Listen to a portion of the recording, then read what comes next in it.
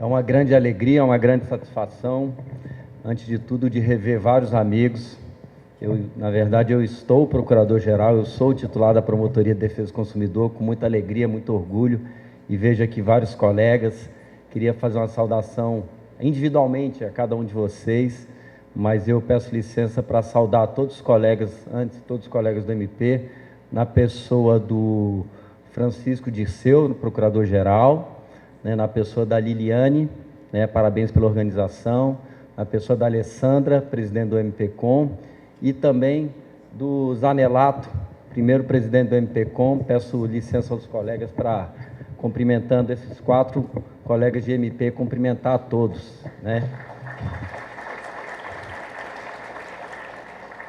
Eu vi tantos amigos que eu falei ali com o Aurisvaldo, já posso ir embora, já estou feliz.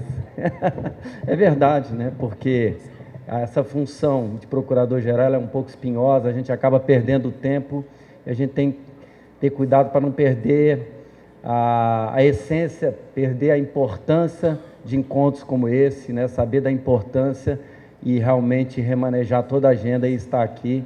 E eu vejo que o Dirceu está fazendo isso. O Dirceu, uma satisfação. Eu falei, pode ir, depois eu faço um resumo do que eu vou falar, não se preocupa não, que ele está aí nessa... Parabéns, viu, Dirceu, pela sua gestão. Eu sei das dificuldades que todo o Ministério Público, mas particularmente o Ministério Público do Estado de Pernambuco tem enfrentado, e você tem lidado com muita coragem, com muita força, enfrentado os desafios, não os problemas. Eu vou excluir a palavra problema do meu vocabulário, vou substituir por desafio, gostei. Queria cumprimentar também, se me permitem, os colegas do Brasilcom, na pessoa da professora Cláudia Lima Marques, minha eterna professora, minha eterna examinadora, foi examinadora da minha banca de mestrado, e eu sempre tenho a impressão, Hermes, que quando eu estou falando aqui, ela está anotando, eu não superei isso, entendeu? Eu fico muito preocupado se eu gaguejar é por conta da Cláudia. É a presença da Cláudia. Cláudia, muito prazer, Bom, enfim, cumprimentar a todos, e parabenizar pela qualidade e quantidade de pessoas nesse evento. A exposição do Hermes me ajuda bastante, porque eu optei por fazer uma abordagem do novo Código de Processo Civil, especificamente do IRDR, Incidente de Resolução de Demanda Repetitiva, e um paralelo com as ações coletivas. É um diálogo importante e há consequências para os atores da ação coletiva. Eu digo que o Ministério Público tem que repensar a sua forma de atuar, considerando IRDR, o recurso repetitivo, particularmente essas duas, o recurso repetitivo não novidade, que já existia há alguns anos, mas o IRDR é uma novidade que pode afetar substancialmente o modo de enfrentar as ações coletivas. Eu escrevi um artigo com a professora Ana Luísa Tarta, que está na revista Direito do Consumidor, número 108, ao lado do artigo do Hermes Zanetti, sobre esse tema também, que é de grande relevância, e a gente tem que acompanhar o que a STJ anda fazendo, com as ações coletivas. Me preocupa também todas as questões que foram apresentadas aí por você. Bom, eu vou tentar falar rapidamente em algum aspecto do processo coletivo, aspecto que interessa para a discussão da convivência normativa com o IRDR, e depois trazer alguns problemas e uma reflexão sobre uma nova postura, principalmente do Ministério Público, que tem um papel relevante no IRDR. Dos legitimados para a ação coletiva, o Ministério Público talvez é o que tenha mais relevância no IRDR, em segundo plano a Defensoria Pública. Eu sempre fui, ao contrário de alguns colegas, favorável à ampliação da legitimidade. Para mim essa não é a questão é outra. Eu acho que a eficácia dos direitos meta-individuais, a gente não tem, alguns têm uma preocupação, tem muitos legitimados. A questão não é dos muitos legitimados, a questão é de uma articulação e uma atuação, vamos dizer assim, eficiente desses atores. Isso é que me preocupa, autores e atores, Bom, em termos de processo coletivo, eu queria, para depois fazer a abordagem do IRDR, eu queria destacar 2 pontos. Primeiro, começar por uma lembrança de uma clássica passagem do Barbosa Moreira, que ele dizia, antes mesmo da lei da ação civil pública, quando havia essa discussão de direitos meta-individuais muito incipiente, né, Zanelato, ele tem um artigo, e depois reproduziu isso em livro, que ele dizia, antes mesmo da lei da ação civil pública, existem interesses, né, nem se utilizava o termo direito assim como se usa hoje, interesses que são essencialmente coletivos e interesses acidentalmente coletivos. E ele, na explicação do essencialmente coletivo, ele dizia, até cheguei a transcrever aqui, que são aqueles que não comportam decomposição em interesses individuais, os essencialmente coletivos. E o acidentalmente coletivo seriam aqueles que você pode enfrentá-los na justiça individualmente. Márcio Mafra, na obra dele, ele também vai destacar isso, vai colocar os direitos difusos como esses, que seriam essencialmente coletivos, e individuais homogêneos e os coletivos, desculpa, vamos seguir a ordem, os coletivos individuais homogêneos como acidentalmente coletivos. A doutrina, de um modo geral, essa discussão não é acadêmica não, tá, gente? Eu vou chegar num ponto. A doutrina, de um modo geral, vai aproximar os difusos dos coletivos e deixar o individual homogêneo como se fosse ele, o individual, agrupado processualmente. Nesse artigo recente, eu vou seguir a linha do Márcio Mafra e dizer que existem direitos materialmente coletivos, que são os difusos, e direito processualmente coletivos, que são os coletivos individuais homogêneos, utilizando a ideia do Barbosa Moreira. Porque, na verdade, embora os autores façam essa aproximação do coletivo com o difuso, quando eles dão exemplo de tutela de direitos coletivos, todas elas, em regra, são situações que você pode ajuizar uma ação individual. Então, a gente chega à conclusão que eles são agrupados, eles são coletivos no processo, para o quê? Racionalidade, evitar observância ao princípio da isonomia, uma prestação jurisdicional mais efetiva. Então, os direitos coletivos, que a doutrina, de um modo geral, aproxima do difuso, no meu modo de ver, eles são, na verdade, eles se aproximam mais dos individuais homogêneos. A nota do individual homogêneo é que são individuais, mas que se objetiva uma indenização. O individual homogêneo, ele é um grupo de interesses individuais que se objetiva, ao final, uma indenização decorrente do mesmo fato. Simplificando, é isso. Se você dizer origem comum, não diz nada, mas se você ler nos artigos seguintes, 91 a 100, lá do Código de Defesa do Consumidor, e também a inspiração da Class Action for Damage, né, do direito norte-americano, a conclusão é essa. Os coletivos, eles, na verdade, por exemplo, exemplos clássicos, nulidade de cláusula contratual, pedido de nulidade de cláusula contratual, ou então vários aí na área de mensalidade escolar, que se fala, direito coletivo, evitar um reajuste que não observe a lei específica. É algo que você pode entrar com uma ação individual, né? Ele é coletivo processualmente, porque interessa que tenha uma decisão uniforme e atinja de maneira igual todas as pessoas, uma questão mais prática. Então, essa distinção que eu gostaria de fazer inicialmente e depois trazer algumas consequências. Há outro ponto a ser destacado, e aí os promotores de defesa do consumidor sabem muito bem disso, que invariavelmente, quando se ajuiza uma ação coletiva, há tutela de natureza difusa, coletiva e individual homogêneo. Os exemplos são inúmeros. A discussão de contratos padrões com cláusula abusiva. Normalmente os pedidos são para que a empresa, pode ser um plano de saúde, uma incorporadora, não utilize mais aquelas cláusulas abusivas nos contratos futuros. Quem são os beneficiários? Todos os potenciais adquirentes daquela empresa. Esse pedido tem natureza difusa. Se eu peço a nulidade de cláusula contratual, a declaração de nulidade de cláusula contratual, são aqueles que já mantêm o contrato, que tem a relação jurídica básica com aquela empresa. Se eu peço a indenização dos consumidores que sofreram por uma aplicação indevida daquela cláusula, por exemplo, uma cobrança aí de 30% de honorários advocatícios por atraso, tem vários exemplos, é uma tutela de direito individual homogêneo. Então, em que pese essa distinção, é importante destacar o seguinte: uma mesma ação coletiva ela, principalmente na área de consumidor, ela veicula as 3 tutelas de direitos, normalmente, né? Porque sempre quando está uma ilegalidade, se você olhar para o passado, houve dano em face daquela ilegalidade e, portanto, enseja a tutela de direito individual homogêneo. E você quer cessar aquela ilegalidade e quer pensar no futuro, nos potenciais consumidores, aí a tutela de direito difuso. Então, esse ponto é importante. Por quê? Porque eu já estou pensando na segunda parte da exposição que eu começo agora, como é que ficam essas ações em face do IRDR.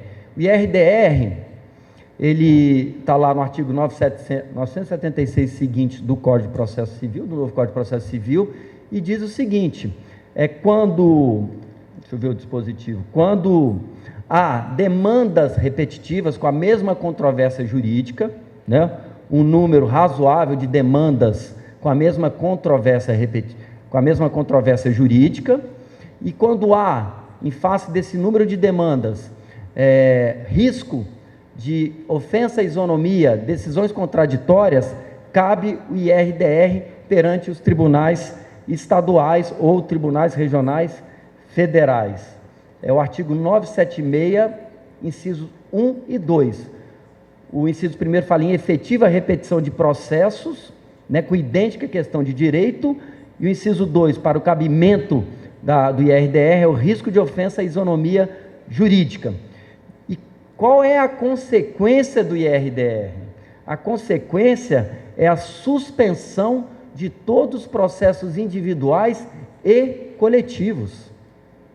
Então, o incidente IRDR, ele pode suspender todas as ações coletivas ajuizadas em determinado estado, que vão discutir a mesma controvérsia jurídica. E mais do que isso, o efeito vinculante, julgado IRDR, Cláudia, volta a correr as ações, eles têm que seguir a tese jurídica que o tribunal definiu no IRDR. Então, veja bem, isso vai ser para as ações paradas e mais para as ações futuras. Vejam bem a dimensão que o IRDR tem. Aí eu comecei a fazer as reflexões de como ficam as ações coletivas. A primeira reflexão que eu fiz, Hermes, foi no seguinte sentido: quais são os processos que se repetem? E você colocou bem, hoje as demandas são homogêneas, parecidas, mesmo tipo de lesão. Os processos que se repetem, eles no fundo, são aqueles abrigados sob a tutela de direito coletivo e individual homogêneo.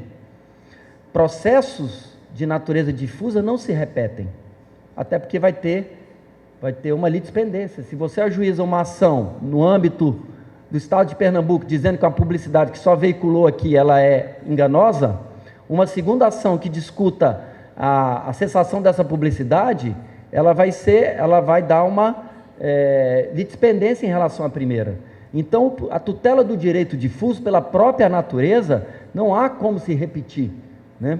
Então, meu primeiro raciocínio foi: aqui, bom, IRDR não vai afetar as ações coletivas que tutelam direito difuso, mas, ou pelo menos, os pedidos das ações coletivas, os pedidos de natureza difusa das ações coletivas que tutelam, porque nessa ação aí da publicidade pode ter um pedido de indenização dos consumidores que foram lesados por aquela publicidade enganosa. Então, o meu primeiro raciocínio, eu estou aqui fazendo um acompanhamento de como eu elaborei o artigo, né?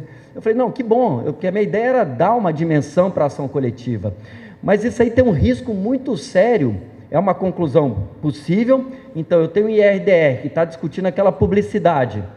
Eu vou dizer o seguinte: não, vai suspender a ação coletiva, mas suspende apenas na tutela do direito individual homogêneo. Na questão da análise da enganosidade da publicidade, a ação tramita naturalmente. Só que aí corre um risco muito sério. Qual é esse risco? No IRDR fala, e a gente pode dar outros exemplos mais didáticos. No julgamento do IRDR se fala que não há o dever de indenizar, e para você dizer que não há o dever de indenizar, invariavelmente você tem que analisar se a publicidade é enganosa ou não, e na ação coletiva fala o contrário, julga que a publicidade é enganosa. Ou a gente pode inverter, no IRDR fala, há o dever de indenizar, pressupondo uma publicidade enganosa, e na ação coletiva fala, a publicidade não é enganosa, não tem o dever de indenizar. Então é essa questão que se coloca. Eu acho que a gente tem que aceitar o novo Código de Processo Civil e mudar o protagonismo das demandas coletivas. Então, particularmente falando de Ministério Público, e alguns ministérios públicos já estão fazendo isso, eles estão reestruturando o segundo grau. O segundo grau vai ter uma responsabilidade muito grande de acompanhar os IRDRs. A estrutura do segundo grau, em face do IRDR, vai ser uma estrutura de colegas que vão ter que dialogar com o primeiro grau e ficar de olho no STJ também. Porque um pressuposto negativo do IRDR é haver a mesma discussão no âmbito, se a discussão é de âmbito nacional, o tribunal não pode julgar. Vamos supor que essa publicidade fosse de âmbito nacional, né? O Tribunal de Justiça não pode instaurar um IRDR, isso tem que ser julgado pelo STJ. Então, o que a gente tem que pensar essa é a nova realidade. Nós temos que estruturar os atores do processo civil coletivo para que eles percebam essa nova realidade. Isso é fundamental. Ao invés, Cláudia, talvez de ficar, e é natural essa resistência com a legislação nova, e eu também não sei se é o melhor caminho, eu estou dizendo que é um fato, né? Tudo isso está muito claro na lei. Então, estruturar, dar uma nova dinâmica na proteção dos direitos coletivos, com esse protagonismo no segundo grau, né? E dialogando, né? O primeiro grau com o segundo grau. Liliane, um caminho que eu vejo, acho importante ter essa percepção, né? Antes que daqui a pouco os colegas vão dizer, mas eu estava com uma ação ajuizada e de repente ela foi suspensa e o juiz ainda teve que acatar a tese. Posso dar tantos outros exemplos, a questão, por exemplo, para mostrar como é difícil, reajuste de mensalidade escolar ou de plano de saúde, a tutela do direito difuso, operadora, não aplique mais esse índice no futuro, ou não faça mais esse cálculo, esse índice, enfim, que ele contraria, o código contraria a resolução da ANS, tutela de direito difuso. Operadora, devolva aos consumidores lesados a diferença a mais que foi cobrada. É uma ação coletiva com esses dois pedidos, um individual homogêneo e outro difuso. Aí, de novo, será que é interessante? São reflexões, posso estar equivocado, mas será que é interessante fragmentar? Não, continua a tramitação da tutela de direito difuso, né, que pode chegar à conclusão, não aplica mais esse índice, no futuro a operadora não use mais essa forma de cálculo, enfim. A gente pode falar de mensalidade escolar, pode falar de inúmeras situações em que há prestação contínua do consumidor, serviços continuados. E dizer assim, o tribunal julga o IRDR e vai dizer se devolve ou não, mas para ele dizer se devolve ou não, ele tem que analisar, né, a legalidade do aumento, do reajuste, enfim. Então, essa contradição, ela indica a necessidade de suspensão da ação coletiva.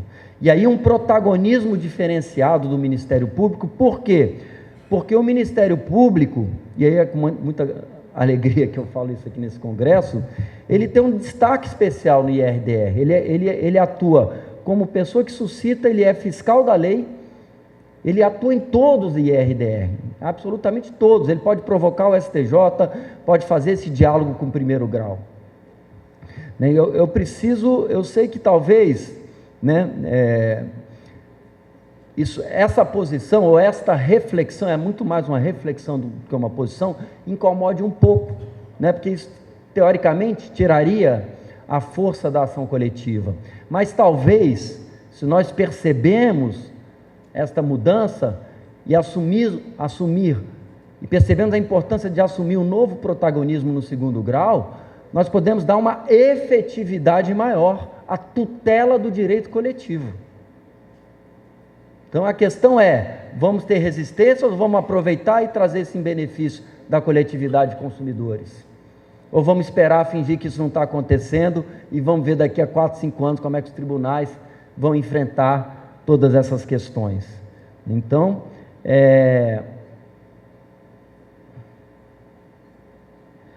a minha conclusão, na verdade, é uma reflexão, né? É nesse sentido. Hoje, os tribunais, e olha que eu estou falando apenas de IRDR, não falei de recurso repetitivo, eles assumem um protagonismo nessa ideia do efeito vinculante, do precedente, e na ideia também da importância do IRDR com a suspensão e a suspensão das ações individuais e coletivas atuais e a vinculação das ações individuais coletivas futuras. Então, é algo que temos que ficar atento e assumir, penso eu, um protagonismo para que os direitos meta-individuais tenham uma eficácia social efetiva. E eu vou lembrar aqui da professora Ada Pellegrini Grinove, que faleceu, e eu tive uma honra, ao lado da Cláudia, né, de participar da comissão de atualização do CDC, da qual resultou 3 anteprojetos, né, de lei: superendividamento, comércio eletrônico e ação coletiva. E a professora Ada Pellegrini falava muito na comissão, a depender desse Congresso Nacional, ou do Congresso Nacional, qualquer projeto de lei de ação coletiva não anda, como de fato foi o único que não andou, né, que não lembro se é o 281 ou 282, não andou, foi arquivado, Paulo, arquivado como tantos outros propostas de melhora do processo civil coletivo foram arquivadas. E ela dizia mais, a depender do Congresso Nacional, eles revogavam a Lei 7347 e o Código de Defesa do Consumidor na parte de ação coletiva. E eu ficava assim, de um modo feliz, que isso mostrava um trabalho positivo do Ministério Público, mas ao mesmo tempo, assim, com todas essas dificuldades que a STJ traz, de limitação territorial e tantas outras. Aí eu trago uma reflexão, longe de uma afirmação, mas é uma reflexão. Realmente, o CPC não trata de ação coletiva, salvo num dispositivo aqui que foi dito, foi até colocado aqui, que quando o juiz perceber que, num caso, aquelas são situações que se repetem, manda para o Ministério Público, enfim. Tudo que se falava de ação coletiva foi retirado. Quem sabe,